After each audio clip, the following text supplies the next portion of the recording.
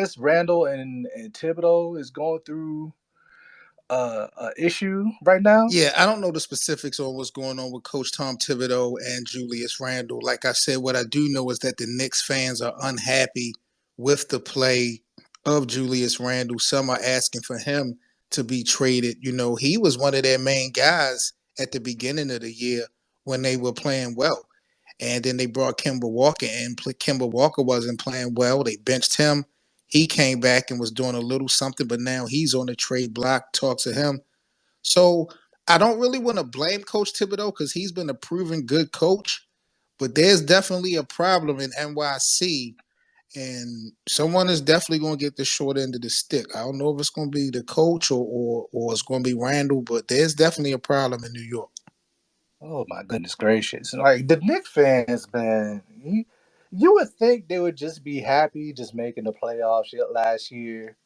You got the guy that's comeback player of the year. You would think they would just be happy. You know what I'm I saying? think the decision making from Tom Thibodeau was really what got a lot of the fans at odds. You know, the new acquired Cam Reddish, they made the trade for Cam Reddish back on, I think, January the 13th. Now, Hmm. Cam was cleared from an ankle injury on the 20th. And in the 4 games since then, he played 5 minutes versus the Clippers. He was a DNP versus Cleveland. He had only 10 minutes versus the Heat and another DNP versus the Milwaukee Bucks. So I think some of the decision making of Tom Thibodeau was coming in question when we talk about the Knicks fans and why that environment seems to be back to the old Knicks energy. Yeah, yeah. It's just it's a mess, bro. And honestly, I looking at where they are right now. What? Damn, they're 12. I mean, it's still kind of. I mean, we coming up on All Stars, and we'll see if they can climb up. But I ain't looking too good in Knicks land right now. Randall says he wants to stay. He said he still want to be a part of helping try to win to bring a championship to the Knicks. So it's not like he's requesting a trade or he's personally unhappy with the situation. I think he may just be disappointed with his production, but he seems to not want to go. So who knows how this is going to play out. Yeah, yeah. Let me see. What's the next one? I think what you didn't even talk about your Lakers yet. Well, really, the hottest topic really is NBA All Star selections. We had Andrew Wiggins named as an All Star starter for the first time. He became a starter named over Devin Booker, Donovan Mitchell, Chris Paul. Um, Hmm. so we got Team LeBron versus Team Durant. I don't think KD is going to be playing in this particular All Star game. LeBron Nah, it doesn't make Yeah, sense LeBron, for him he's to. out tonight, so I don't know how healthy LeBron is going to be come February the 10th. But we got the All Star team. The All Star team's already made up, and we're gonna see how this thing play out. But Andrew Wiggins, being announced as a starter over the rest of those guys that I had mentioned, really was the biggest story. Then I did a little bit of homework, and I found out that Golden State they have recruited K-pop rapper Bam Bam, one of the Thailand rappers. Yeah, watch They that. have recruited him and made him an ambassador of the team earlier this year, kind of sort of like what Drake is to the Raptors. And social media loves K-pop, so he put out a tweet supporting Andrew Wiggins soon after he was announced as the ambassador for Golden State, and those fan votes really helped put Wiggins in this position. So it's crazy how Wiggins got here, but he deserved a spot. I'm not going to front on him. Yeah, I was gonna say that. I was gonna say. So, do you think that he's just not? I think Andrew has really turned himself around. I'm actually kind of happy to see him make the All Star game. Um, a lot of the guys I talked to, they're all like, well, Devin Booker should be punching the air right now. You know what I mean? And there's no way that he should be in over those guys like Devin Booker, your normal favorites like Damian Lillard and these Right. guys. But nah, I think Andrew deserves it. So I think we'll probably give it a shot. Devin on paper, Devin Booker belongs in the starting lineup over He does. Andrew Wiggins, no doubt. But because of the first half of the season that Ja Morant had, you got Ja Morant and Steph Curry in the backcourt. So where do you put Devin Booker? Because I'm not starting Devin over Ja nor Steph. So what am I No. putting Devin at the 3? Over LeBron? That makes absolutely no sense. So No. unfortunately, because of the progression of Ja Morant, Devin Booker had to take a back seat. I mean, he's still gonna be a reserve, so yeah, I don't think nobody's really worried about that. It is interesting we bring up Devin because I actually have a question for you. So everybody says Devin's an all star, right? Or superstar. Some people might say superstar. Here's my thing when I ask that: if Chris Paul decides he wants to retire after this year, right? Yes. And they just get somebody, say, maybe like a young guy or an experienced point guard, and it's finally the Devin Booker show. Does that team still stay where they at? Chris Paul doesn't make Devin Booker. So for that reason alone, I think no matter who you put there at the point guard, as long as they're not a mistake maker, Devin Booker is going to give you the same production that he's been giving you. I think Chris Paul makes Devin Booker's job easier, Mm-hmm. being precise, being that floor general that you mentioned. But, they could bring someone in at Phoenix, other than Chris Paul. I still think Devin Booker is going to give you the same production, the same consistency. I still think Phoenix, will still be a team to look out for in the West. I'm not sure if their record will be the same because Chris Paul has been playing great, but I still Mm-hmm. think Phoenix would be a threat. I don't see if Chris Paul leaves, um, like Phoenix goes down the drain. Not at all. I think Devin is Oh, that good. I wouldn't call Devin a superstar yet. He still is just a star to me, but that's what I want to he's hear. I think borderline. that's He's superstar borderline. potential. He's borderline. I think he has superstar potential. He does put up superstar numbers, but I just wanted to feel like man, you just not. I don't know why they don't put you up here. Like say even like John Morant, which they're already trying to push into that. Correct. You know what I'm saying? And you're probably one of what top three, top four shooters in the league. And And it's like, hey, what when is this going to be the guy? You got Joel Embiid, you got your Antetokounmpos, uh, hell, you even got your Hardens, even Kyrie Irving. Kyrie Irving's still probably going to get he ain't play all year, nope. still getting All Star votes. You know what I'm Yeah, saying? because So we it's like, saw a little bit of Kyrie this season when it came to the couple road games, and Kyrie came back not missing a beat. Like his first game back, I think he dropped like what 21, 26 points. mm-hmm, So mm-hmm. so it's just gonna come with time, man. Like I said, we got so much basketball left. I'm just excited. But injuries have played such an impactful role in the season, man, these last couple years. You never know how this shit really can turn out, D. I'm not gonna lie. Man, I'm looking at the Nets, man. They just dropped number 5. I'm like, oh Yeah, man, here we Brooklyn, go. Brooklyn, man, is demising right before our eyes. It's a lot going on there. James Harden is unhappy. He wants to possibly change his location, so that's something to look out for. We talked about the Lakers, or you brought up the Lakers. LeBron, he's going to be out tonight, um, again for the third game. AD came back pretty strong. Russell is Yeah, playing pretty. He's playing better. I don't see a Russell Westbrook trade happening before the deadline, so we I wasn't trading. yeah, we pretty We much just, got what we have. I'm surprised Frank Vogel has not been fired yet. I told you. So it looks like he's going to stay, and it looks like the Lakers are going to stick it out with the squad that they have. And I mean, looking at where they at in the Western Conference right now, like they're sitting at number 9. I mean, I'm pretty sure as long as they can get a play in, I mean, I think they're comfortable with that. I don't think they're scared of I'm anybody. not concerned about the Lakers making the playoffs, and I'm not concerned about standings because I don't think that they need home court advantage. Yeah, The yeah. matchups is going to play a big role who they actually going to have to face. But if AD can continuously give us what he showed the other night, and we see how LeBron has been playing overall in year 19, as long as he can remain healthy, if Russell Mm-hmm, can just keep the turnovers down in the fourth quarter, mm-hmm. you're not going to want to see the Lakers, you know, best of 7 times, you know what I'm saying, in the playoff series. This is not just a one and done situation. You're gonna have to beat these guys 4 times. It's not a lot of teams in the West, I don't think, that's gonna be able to do it if the Lakers are clicking. Yeah, but here's my thing, right? This is why, like with AD, that makes me so upset. AD needs somebody like a Draymond to just piss him off all the time, so we can always get this AD.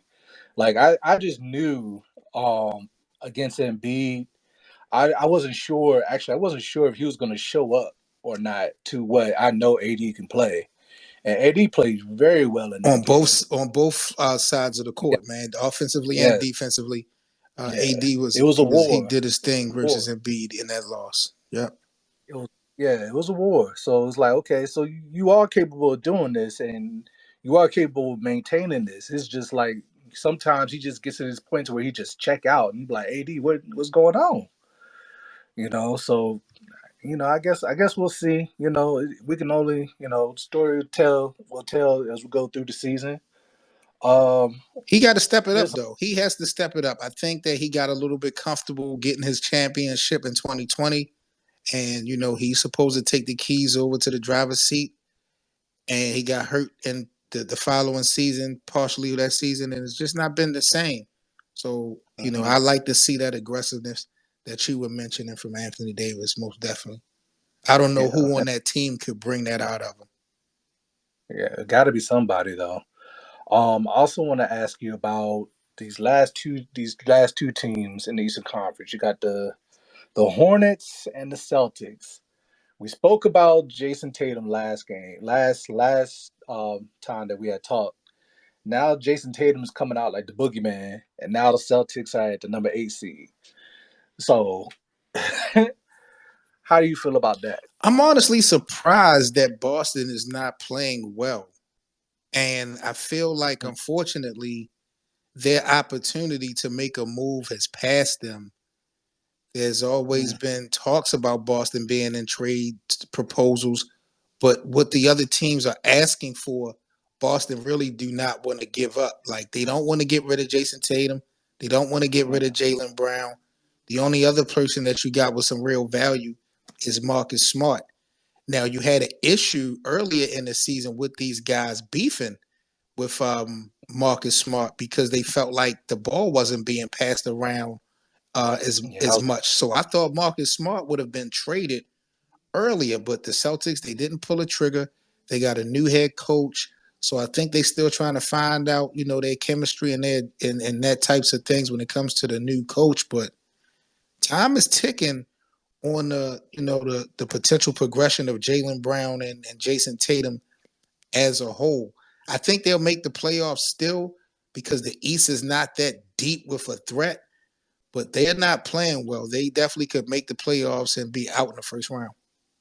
yeah. That's definitely a possibility. And then I'm keep looking at the Cavaliers, and man, like this guy Garland, bro. Every time I watch this dude, I'm like, bro, this guy is ridiculous. Like, I how did the Knicks pass up on him?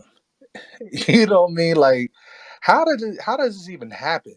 Yeah, And I, it's a Cinderella story when it comes to the Cleveland Cavaliers. I'm definitely surprised they are playing as well as they have been. But you know me, man, this is a long season. What can they do in the second half? Can they make the mhm, playoffs? Can they win a series? Like, that's when I'm going to be sold on Gardner. Like, he's playing well now, but what can you do when it count? that's That's all true. that matters at the end of the day.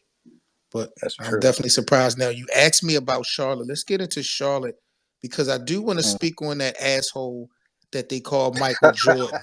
I got to get into this, man, because Michael Jordan has become the biggest asshole that I have ever seen coming out of the National Basketball Association. The disrespect that MJ shows his own franchise is pathetic, and it's getting so played out. You go back to the years of him playing with the Bulls, him fighting Steve Kerr, him fighting who was it? There was another big man he got into a fight with. I don't know if it was Bill The Winnington. Longley. I don't know if it was Luke Longley or Bill Winnington, but he got Hmm. into it with them. Then as a as an owner of the Charlotte Hornets, he's been one of the worst owners as far as wins and losses. Then you look at the situation. Remember, he slapped Malik Monk in the back of his head a couple years ago, That's a fact. and That's then a fact. the last night or the other night, he basically walks out on the game, and Charlotte still won. Like, Yeah, when Russ hit that shot. yeah, and Yeah, I'm just like, yo, how do these young boys? How does LaMelo get up to want to play for this guy every night? Like, I advise LaMelo to try to find an exit out of Charlotte as soon as possible. You know, much credit to those young boys playing in Charlotte, but I just don't see how they can get up and play for this man. I know he's Michael Jordan. I know he's, you know, as far as most people feel like he's the GOAT, but to me, he's an asshole. And I'm definitely not digging, you know, his attitude, his energy. And it's not brand new. We see what he did at the Hall of Fame speech when he called out his old coaches and tried to embarrass him. But the shit is that's a getting fact. played out. He's too old. And That's a fact. I'm just not feeling this, man. He's making Scottie Pippen to me look more credible by the story. Yeah, I mean, looking at Michael Jordan, I mean, we're not surprised about his actions. At this point, it's come to be expected.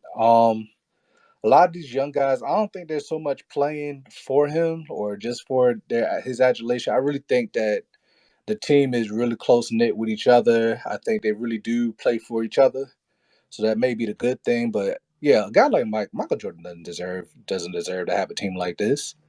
Especially, I mean, you also got to look at when you talk about being a bad owner. You see what Kemba Walker's going through. I Correct. mean, Kemba Walker's best years are pretty much behind him because he wasted them with the Charlotte Hornets. Yep. So, and they never got him help either, or what he thought would be help. So it's like, okay, the problem with Michael Jordan for me is like, dude, you're not a player anymore. You got to get out that player mentality. You're an owner. You know, you're just there to be the face and sign the guys that they tell you to sign. You know, Yeah, it, MJ's expectation level has always been weird. Like he's always expected players to play like he played. And that's just not mhm. going to happen. Nah, no, it's not. But I do like the young core that they have between Scary and what that is crazy. The fact that I really thought that having Scary Terry there and having Lamelo there, I didn't think that would work. And both those guys seem to be like, for each other, and they've actually gelled really well. And then you add him with Mikal Bridges, and it's like, oh man, like you really got a nice young core here. And I really like where the NBA is going. uh, Clearly it's almost a new era. The only way we're actually going to see this in a new era is say Carmelo and LeBron finally retire. All right, man. Peace to my NBA family. It's your host, Seven Mitchell, with the Best of Seven Sports Talk. I just wanted to take this time out to say thank you to each and every one of you guys for so much support for the podcast. I hope you guys are really enjoying some of the outside the box angles we take, bringing you in these NBA storylines. Please don't forget to like and share. Most importantly, rate the podcast. You can follow us on social media. All the links will be in the description. And if you would like to contribute to the Best of Seven Sports Talk platform, we have merchandise available, as well as links for the merch, and donations will be all in the description. Once again, thank each and every one of you guys in the NBA community for supporting the show. This is Seven Mitchell with the Best of Seven Sports Talk. Let's talk some NBA action. Right. Then that's when I'll know that okay, this is new era basketball, just like when Tom Brady is supposedly retiring. It's a new era in the NFL. With Patrick You know, Mahomes and Lamar Jackson, and yeah, but these young they gotta win titles though. Like even that's a even fact. when LeBron and Carmelo leaves, you still got Kevin Durant, you still got Kawhi Leonard, you still got Jimmy Butler, you still got Giannis. It's So funny you said Kawhi Leonard. Do we have Kawhi Leonard? Because I haven't seen him. well, he's done. He's done for the year. But as far as age, you know, Kawhi's not finished as far as a career, so he's going to come back eventually, you know, and be a problem. So you Yeah, know not gonna the lie. If I'm the Clippers owner, I'm looking at him sideways, like, I mean, y'all stealing money from me? What's going on? Yeah, he's not the leader that a lot of people portrayed him to be. He's definitely Mhm. not that guy. And the Clippers, as constructed, do not have enough, I think, to get over the hump, even with a healthy Kawhi.